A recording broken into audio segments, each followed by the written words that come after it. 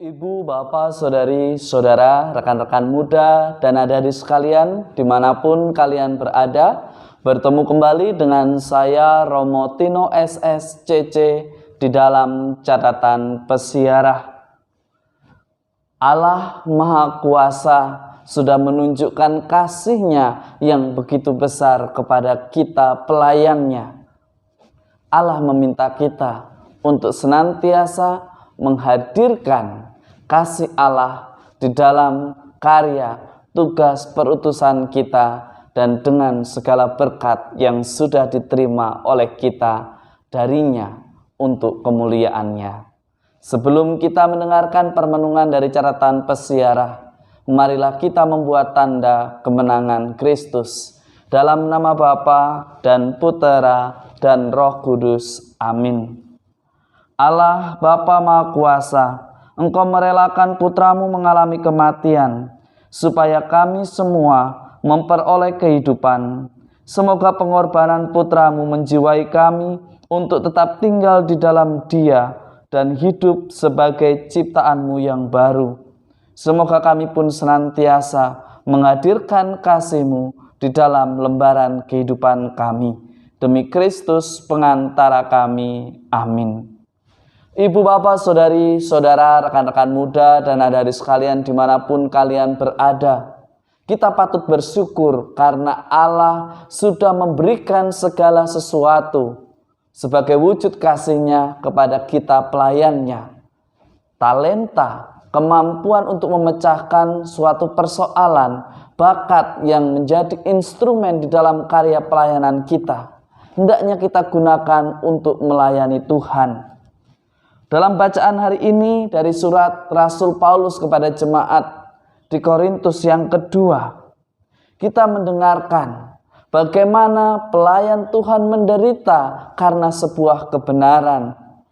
Pelayan Tuhan menjadi tidak dipercaya, padahal sebenarnya dia bisa dipercaya.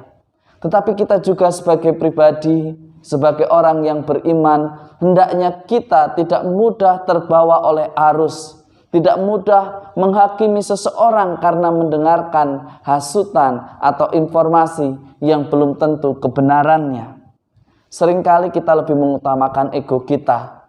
Seringkali kita merasa bahwa kita orang yang paling tahu dan merasa bahwa kita orang yang paling berhak untuk menunjukkan bahwa dia adalah yang salah. Ibu, bapak, saudari, saudara, rekan-rekan muda, dan adik-adik sekalian yang terkasih, kita diajak untuk senantiasa menjadi pelayan perdamaian, duta kedamaian, bukan justru menciptakan perpecahan. Kita diberikan talenta untuk memuliakan Tuhan di dalam tugas tanggung jawab kita di dalam keluarga, sebagai anggota komunitas, sebagai karyawan, sebagai pemilik perusahaan. Kita diajak untuk senantiasa tulus dan ikhlas di dalam karya pelayanan kita. Tuhan sudah memberikan segalanya. Sebagai wujud syukur kita, maka muliakanlah Tuhan di dalam persiarahan hidup kita. Di dalam Injil Matius pada hari ini kita juga diingatkan kembali bagaimana kasih yang lebih dahulu kita rasakan karena Allah begitu mencintai kita, hendaknya kita juga hadirkan kepada sesama kita. Sebagaimana di dalam seruannya Yesus mengatakan, jangan kita menjadi pribadi yang dengan mudah untuk membalas dendam. Yesus berseru kepada kita semua bahwa hendaknya kita memberikan pipi kanan kita ketika pipi kiri kita ditampar. Artinya bagaimana? Kita diajak untuk tidak membalas kebencian dengan kebencian. Kita tidak bisa membalas peperangan dengan sebuah peperangan. Sebuah perbuatan jahat hendaknya kita hadapi dengan kasih, dengan cara mengampuni. Tentu kita dilukai oleh orang yang paling kita cintai, itu sangat menyakitkan. Tetapi sebagai orang beriman, ketika kita tetap mencintai dengan cinta yang sama, saat kita terluka, itulah cinta sejati yang Tuhan kehendaki. Ketika kita dibenci, ketika kita dihina, ketika kita difitnah, jangan kita membalasnya.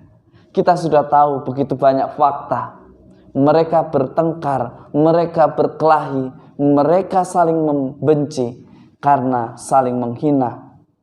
Kita mesti belajar untuk rendah hati, lebih bijaksana, baik di dalam hidup kita sehari-hari maupun di dalam menggunakan media sosial.